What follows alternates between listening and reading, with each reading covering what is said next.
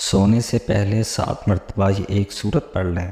صبح لوگ دروازہ کھٹکھٹا کر پیسوں سے بڑا ہوا بیگ دینے آ جائیں گے۔ اگر جھوٹ لگتا ہے تو بے شک آزما لو۔ بسم اللہ الرحمن الرحیم۔ ناظرین کرام، آج کے بابرکت دن کے حوالے سے ایک بہت ہی خاص اور مجرب وظیفہ لے کر آپ کی خدمت میں حاضر ہوا ہوں، جو قرآن پاک کی ایک چھوٹی سی سورت ہے کہ جس کو آپ عشاء کی نماز کے بعد صرف 3 مرتبہ اگر اس طریقے سے پڑھ لیں گے تو انشاءاللہ دیکھتے ہی دیکھتے لاکھواں قرض بھی ختم ہو جائے گا، اور جو بھی حاجت ہوگی ایک دن میں ہی پوری ہو جائے گی انشاءاللہ۔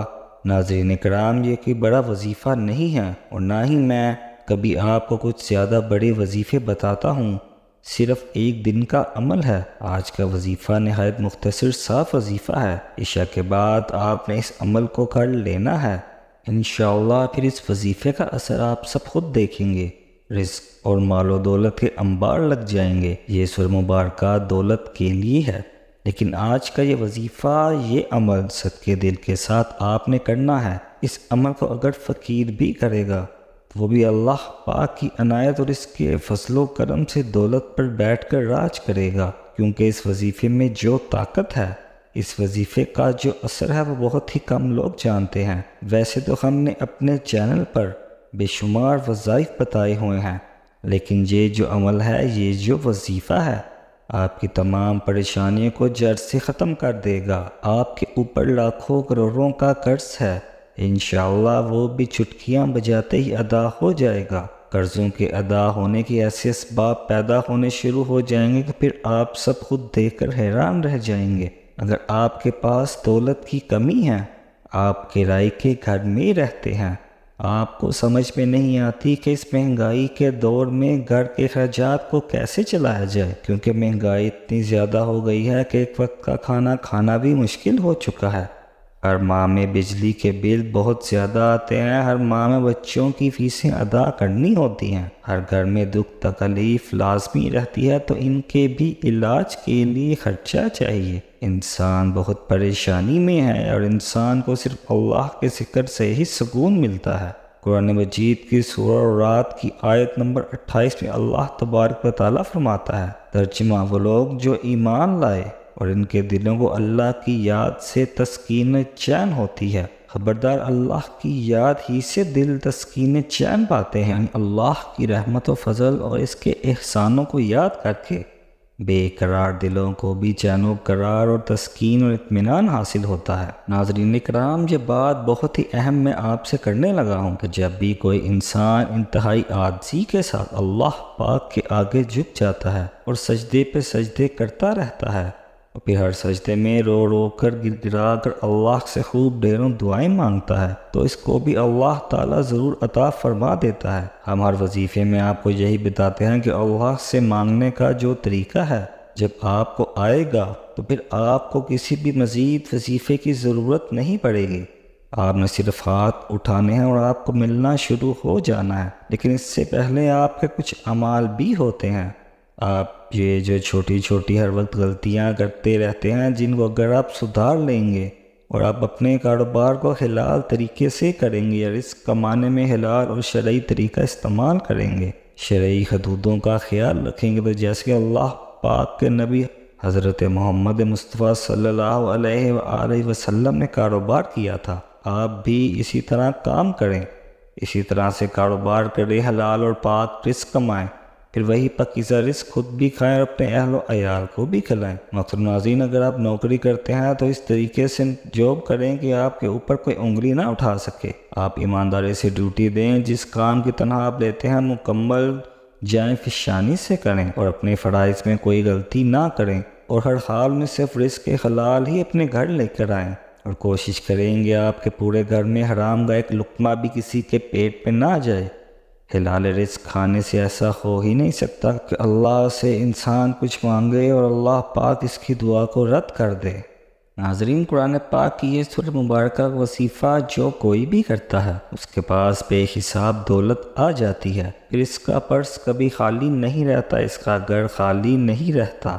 آپ عام معاشرے میں دیکھ لیں، اگر آپ کسی بھی بندے سے پوچھ لیں، اور چاہے ہر مہینے لاکھوں بھی کماتا ہوگا اور اس کے 2-4 بچے ہوں، تو آپ جب اس سے پوچھیں گے ہاں جی کیا حال ہے، وہ غربت و مفلسی کا رونا ہی روئے گا اور کہے گا کہ بھائی مارے گئے ہیں، کسی بھی بات کی سمجھ نہیں آتی، خرچہ بہت ہو رہا ہے اور دولت تو آ رہی ہے لیکن پتہ نہیں کہاں کہاں چلی جاتی ہے۔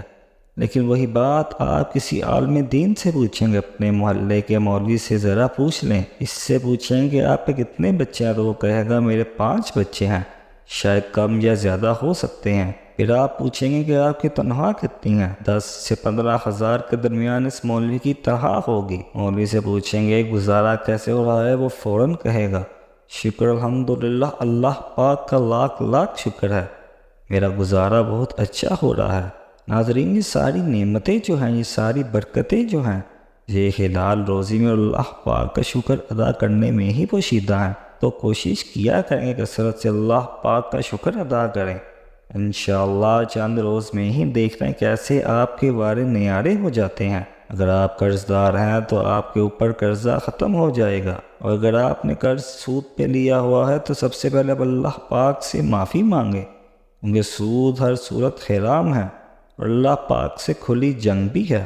تو اللہ سے جنگ کون کر سکتا ہے میرے بھائی اور بہنوں؟ جو بندہ اللہ سے جنگ کرنے کا سوچے گا دونوں جہانوں میں مارا جائے گا، وہ دنیا میں بھی ذلیل اور رسوا ہوگا اور آخرت میں بھی رسوا ہی رہے گا۔ تو آپ نے سب سے پہلے سود کے کاموں سے سچی توبہ کر لینی ہے، جھوٹ سے غیبت سے توبہ کرنی ہے، لیکن صرف توبہ ہی نہیں کرنی بلکہ اس توبہ پر قائم بھی رہنا ہے۔ سود کے بارے میں سورۃ البقرہ میں ارشاد ہے کہ اللہ سود کو مٹاتا ہے اور اصل کو بڑھاتا ہے، اور اللہ کسی ناشکر گناہ گار کو پسند نہیں کرتا۔ اور سب سے اہم بات جو ہے وہ آپ اپنے رشتہ داروں سے اگر قطعی تعلقی ہو چکے ہیں تو فوراً جا کر ان سے معافی مانگ لیں، اگر آپ کی غلطی بھی ہو تب بھی معافی مانگ لیں، پھر دیکھیے گا اللہ پاک آپ کے اوپر اپنا کیسا فضل و کرم فرمائے گا۔ آپ نے یہ نہیں دیکھنا کہ اس نے یہ کہہ دیا وہ کہہ دیا، آپ عاجزی اختیار کر لو، جو عاجزی اختیار کر لے گا اس کو پھل ضرور ملتا ہے۔ اور جب آپ کبھی بلندی پر چڑھتے ہیں تو آپ کو پتہ ہونا چاہیے کہ چڑھتے ہوئے آپ کو لازمی جھکنا پڑے گا، آپ سیدھے کھڑے ہو کر بلندی پر کبھی چڑھ نہیں سکتے، اور جب آپ نے نیچے اترنا ہوتا ہے تو آپ کو سیدھا ہونا پڑتا ہے، تو اس وقت آپ کو ایسے سینہ تان کر نیچے اترنا پڑتا ہے، پھر ہی آپ نیچے اتر سکتے ہیں۔ نبی کریم صلی اللہ علیہ وآلہ وسلم کا ارشاد پاک کا مفہوم ہے کہ جو شخص چاہتا ہے کہ اس کی روزی میں برکت ہو، روزی کشادہ ہو اور اس کی عمر میں بھی اضافہ ہو، تو اسے اپنے رشتہ داروں کے ساتھ ناظرین کرام اچھا سلوک کرنا چاہیے۔ ناظرین کرام، وظیفہ کرنے سے پہلے آپ نے چند باتوں پر عمل کرنا ہے۔ اس وظیفے کو آپ اپنے دوستوں کے ساتھ اور رشتہ داروں بھائیوں کے ساتھ لازمی شیئر کرنا ہے، یہ بھی ایک صدقہ جاریہ ہوگا۔ کسی ایک بندے نے بھی اس بات پر عمل کر لیا تو اس کا اجر بھی آپ کو بھی ملے گا۔ جب آپ عشاء کی نماز ادا کر لیں تو آپ نے کوشش کرنی ہے کہ اسی جگہ پر بیٹھ جائیں۔ مردوں نے کوشش کرنی ہے کہ وہ مسجد میں نماز ادا کریں اور جماعت کے ساتھ نماز ادا کریں۔ عورتوں نے گھر میں نماز ادا کرنی ہے۔ نماز کے بعد اگر آپ کو ٹائم ملے، آپ نے کہیں جانا ہوتا ہے، تو اب عشاء کی نماز کے بعد اور سونے سے پہلے اس وظیفے کو کر سکتے ہیں۔ آپ نے سب سے پہلے ایک مرتبہ اعوذ باللہ من الشیطان الرجیم پڑھنا ہے، پھر ایک مرتبہ بسم اللہ الرحمن الرحیم پڑھ لینی ہے۔ ناظرین، قرآن مجید میں آیا ہے کہ بے شک وہ خط سلیمان کی جانب سے آیا ہے اور وہ اللہ کے نام سے شروع کیا گیا ہے جو بے حد مہربان بڑا رحم والا ہے۔ یعنی حضرت سلیمان علیہ السلام نے اپنے ہاتھ کا آغاز اللہ تبارک و تعالیٰ کے بابرکت نام سے ہی کیا۔ اسی طرح نوح علیہ السلام نے کشتی کا تذکرہ قرآن مجید کی سورۃ ہود میں کیا گیا ہے، تو اللہ نے ارشاد فرمایا ہے اِنَّا رَبِّ الغفور الرحیم، اور نوح نے فرمایا اس میں سوار ہو جاؤ، اس کا چلنا اور اس کا ٹہرنا اللہ کے نام پر ہے، بے شک میرا رب ضرور بخشنے والا ہے۔ اللہ ہی کے نام پر حضرت نوح علیہ السلام نے اپنے جن اصحاب کو کشتی میں سوار کیا، ان سے فرمایا تم کشتی میں سوار ہو جاؤ، اس کا چلنا اور اس کا ٹھہرنا اللہ کے نام پر ہے۔ کشتی چلے تو بسم اللہ فرماتے ہیں تو کشتی چلنے لگتی ہے، جب چاہتے ٹھہر جائے تو بسم اللہ فرماتے ہیں تو ٹھہر جاتی ہے۔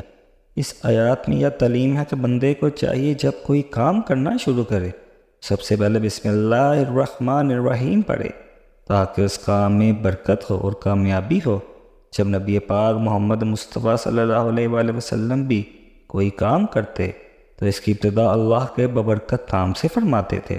آپ صلی اللہ علیہ وآلہ وسلم نے جب مختلف فرمانوں کے نام مخطوط لکھے، فرما رواؤں کے نام خطوط لکھے تو ان کا آغاز بھی اللہ کے ببرکت نام سے ہی کیا۔ بسم اللہ الرحمن الرحیم کس قدر اہمیت و فضیلت کی حامل ہے۔ رسول کریم صلی اللہ علیہ وآلہ وسلم کا ارشاد ہے کہ دروازہ بند کرتے ہوئے بسم اللہ پڑھو، چراغ بند کرتے ہوئے بسم اللہ پڑھو، برتن ڈھانپتے ہوئے بسم اللہ پڑھو۔ غرض ہر کام کرنے سے پہلے بسم اللہ پڑھنا مستحب ہے۔ ناظرین کرام، اس کے بعد آپ نبی کریم صلی اللہ علیہ وآلہ وسلم کی ذات اقداس پر اول اور آخر صرف 3 مرتبہ درود پاک پڑھنا ہے۔ درود پاک کا بے شک درود ابراہیمی پڑھ لیں یا کوئی چھوٹے سے چھوٹا درود جیسے کہ صلی اللہ علیہ وآلہ وسلم پڑھ لیں، لیکن درود ابراہیمی کی بہت زیادہ فضیلت ہے۔ درود ابراہیمی پڑھنے کے بعد آپ نے چھوٹی سی سورت مبارکہ ہے، بہت ہی پیاری سی صورت ہے، بہت ہی مبارک صورت ہے۔ قرآن پاک کے 30ویں پارے میں یہ صورت موجود ہے، بہت ہی مختصر اور جامع صورت ہے۔ آپ نے صرف 7 مرتبہ سورۃ علم نشرح پڑھنی ہے۔ اگر آپ کو زبانی یاد نہیں ہے تو آپ موبائل سے دیکھ کر بھی پڑھ سکتے ہیں، آپ قرآن پاک سے دیکھ کر بھی پڑھ سکتے ہیں، پاک سے دیکھ کر آپ کو سورۃ علم نشرح پڑھنی ہے۔ محترم ناظرین، یہ ایک ایسی سورت مبارکہ ہے کہ ہر نبی نے اللہ سے دعا مانگی تھی کہ اللہ میرا سینہ کھول دے، لیکن میرے نبی اور آپ کے نبی، ہم سب کے نبی حضرت محمد مصطفیٰ صلی اللہ علیہ وآلہ وسلم کا یہ اعزاز ہے کہ اللہ پاک نے خود ارشاد فرمایا ہے کہ ہم نے آپ کا سینہ نہیں کھول دیا اور اتار دیا ہم نے آپ سے آپ کا بوجھ، جس نے آپ کی کمر توڑ دی تھی، بوجھ اتار دیا، ہم نے بلند کر دیا تنگی کے ساتھ آسانی ہے، ہاں بے شک تنگی کے ساتھ آسانی ہے۔ چنانچہ جب آپ فارغ ہو جائیں تو محنت کیجیے اور اپنے رب کی طرف دل و جان سے رغبت کیجیے، یعنی ایسے ببرکت الفاظ میں اللہ پاک خود فرما رہا ہے ہر تنگی کے ساتھ آسانی ہے، اور 2 دفعہ فرمایا ہے کہ بے شک ہر تنگی کے ساتھ آسانی ہے۔ تو یہ جو آپ کی مشکلات ہیں، یہ جو آپ کی پریشانیاں ہیں، یہ وقتی ہیں، اللہ پاک خود فرما رہا ہے، اور میں نبی حضرت محمد مصطفیٰ صلی اللہ علیہ وآلہ وسلم نے بھی یہ سورت مبارکہ اپنی امت کو تحفے میں دی ہے۔ جو بھی مشکل ہو، جو بھی پریشانی ہو، اپنے وظیفے کو کر لینا ہے، اس کے بعد آپ نے 100 مرتبہ استغفر اللہ پڑھنا ہے، پھر آخر میں دوبارہ سے 3 مرتبہ درود شریف پڑھ لیں۔ درود شریف پڑھنے کے بعد آپ نے اللہ پاک سے دعا مانگنی ہے۔ جب بھی دعا مانگے تو صرف اور صرف اللہ سے ہی مانگے، برکت والا، خیر و عافیت والا رزق مانگے، سکون والا رزق مانگے۔ اس سے نہ صرف آپ کے گھر میں خوشحالی رہے گی بلکہ آپس میں پیار اور محبت بھی بڑھے گا۔ ہر بندہ دن رات زیادہ سے زیادہ پیسے کمانے کے چکر میں بہت سے غلط راستے بھی اختیار کرتا ہے، تو کوشش کریں کہ آپ نے مختصر سا راستہ اختیار کرنا ہے، اپنے کام پر آپ نے مکمل توجہ دینی ہے۔ اللہ تعالی ہم سب کا حامی و ناصر ہو۔ ناظرین، اللہ پاک کے 99 ناموں میں سے کوئی ایک نام کمنٹ باکس میں ضرور ٹائپ کیجیے گا۔ اگر ویڈیو پسند آئی ہو تو اس ویڈیو کو ضرور لائک کیجیے گا اور ہمارے اس چینل کو ضرور سبسکرائب کیجیے گا۔ اللہ پاک میرا سنانا اور آپ کا سننا اپنے بارگاہ الہی میں قبول و منظور فرمائے، اور وظیفے میں کی گئی کسی بھی قسم کی غلطی کو اپنے نبی کریم صلی اللہ علیہ وآلہ وسلم کے صدقے سے معاف فرمائے۔ اللہ پاک ہم سب کا حامی و ناصر ہو۔ السلام علیکم ورحمۃ اللہ وبرکاتہ۔